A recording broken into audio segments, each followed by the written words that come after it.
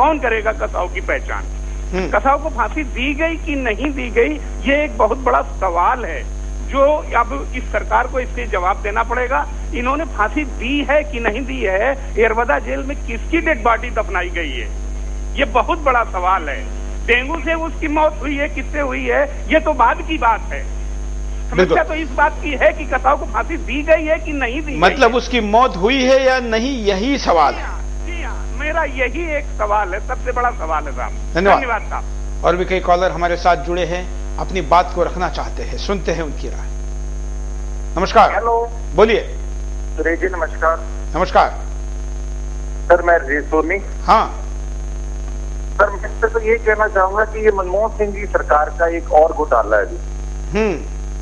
और मुझे तो लगता है इन्होंने अंदर से पाकिस्तान में भेज दिया होगा, तो ये सिर्फ एक नाटक करके जनता को दिखा रहे हैं। आपका क्यों भरोसा नहीं है देश के प्रधानमंत्री पर? प्रधानमंत्री ने जी आज तक ऐसा कोई काम ही नहीं किया कि देश उन पर भरोसा करे। उन्होंने महंगाई के अलावा तो कुछ किया ही नहीं है, घोटाले या महंगाई। थोड़ी देर पहले राजीव जी मैंने कहा प्रधानमंत्री को लोग मच्छर पर भरोसा करते हैं कि वो डेंगू से उसको मार सकता है, लेकिन हमारे प्रधानमंत्री पे नहीं। क्योंकि सर मच्छर में ज्यादा ताकत है, मच्छर खुद जाकर काट सकता है। मनमोहन सिंह जी सोनिया से बिना पूछे कुछ कर ही नहीं सकते। धन्यवाद। मनमोहन सिंह के लिए देशवासियों की क्या प्रतिक्रिया है, सीधे चैनल से मनमोहन सिंह देखें और फिर अपने आप के बारे में क्या उनकी सोच है वो सोचे, या संभावना हो तो जरूर बदले। अगले कॉलर। नमस्कार। हेलो। हेलो सर, बोलिए। हाँ सर, मेरा ये कहना है सर, जेल मैन्युअल के अनुसार अगर कोई कैदी बीमार होता है तो उसे फांसी नहीं दी जाती है। लेकिन 2-3 दिन पहले ये थोड़ा सा स्टेटमेंट आता है कि उसको डेंगू हुआ था, तो डेंगू के बाद में सर उन्हें फांसी क्यों दी गई?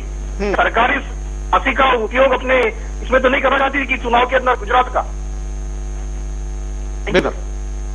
धन्यवाद। और भी कई कॉलर हमारे साथ है, लेकिन हम यहाँ परिणाम पे नजर डालना चाहेंगे कि क्या परिणाम है। देखिए, लोगों का विश्वास सरकार से उठ जाएगा। जिस तरह से आज लोगों में कसाब की फांसी को लेकर तरह तरह के सवाल उठ रहे हैं, उससे तो सरकार के प्रति लोगों का अविश्वास बढ़ता ही दिख रहा है। लोग कह रहे हैं कि ये सरकार आतंकवाद और आतंकवादियों के प्रति लचीला रुख दिखा रही है। आतंकियों पर एक गलत परंपरा को बढ़ावा मिलेगा।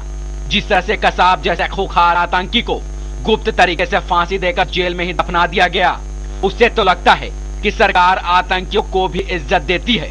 अगर ऐसा ही होता रहा तो देश की जनता में मायूसी छा जाएगी। आतंक पर सरकार की नीतियों पर सवाल उठने लगेंगे। वैसे भी सरकार ने आतंकवाद के खिलाफ कोई खास नीति नहीं बनाई है। देश में पोटा जैसे कठोर कानून बना हुआ था आतंकवाद के खिलाफ, उसे भी सरकार ने खत्म कर दिया। सरकार आज भी बिना किसी सहमति के राज्यों पर ऐसा कानून थोप रही है जो राज्य को पसंद नहीं है। देश की जनता मायूस हो जाएगी। किसी को भी ऐसा अंदाजा नहीं था कि कसाब को इस तरह से गुपचुप फांसी दी जाएगी।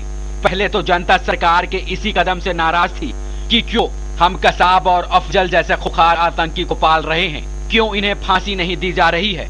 अब फांसी भी दी तो गुपचुप तरीके से, मगर अफजल जैसे आतंकी आज भी चैन की सांस ले रहे हैं तिहाड़ जेल के सुरक्षित दीवारों के पीछे।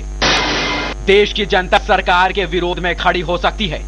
आज देश का हर इंसान कह रहा है कि क्यों हम कसाब को अब तक पालते रहें, क्यों आज गुपचुप तरीके से फांसी देकर जेल में दफना दिया। क्या एक आतंकी इसी सम्मान का हकदार होता है हमारे देश में? अगले कॉल से बात करते हैं। नमस्कार। हाँ जी नमस्कार, मैं शैलेश शर्मा बोल रहा हूँ। बोलिए।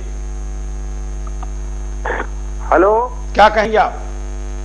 हाँ, मेरा ये कहना है सर, जो आप मीडिया में दिखा रहे हो कसाब के बारे में, सारे लोग बोल रहे हैं, मैं उसके विपरीत बोलना चाहूंगा थोड़ा सा। बोलिए ना। आज पाकिस्तान के अपना इमरान खान करके जो पुराने क्रिकेट खिलाड़ी है, उनका मैंने आज पेपर में पढ़ा हूँ स्टेटमेंट कि सरबजीत सिंह को जल्दी से जल्दी फांसी पे लटकाया जाए। पिछले बार एक मस्जिद गिरी थी भारत में,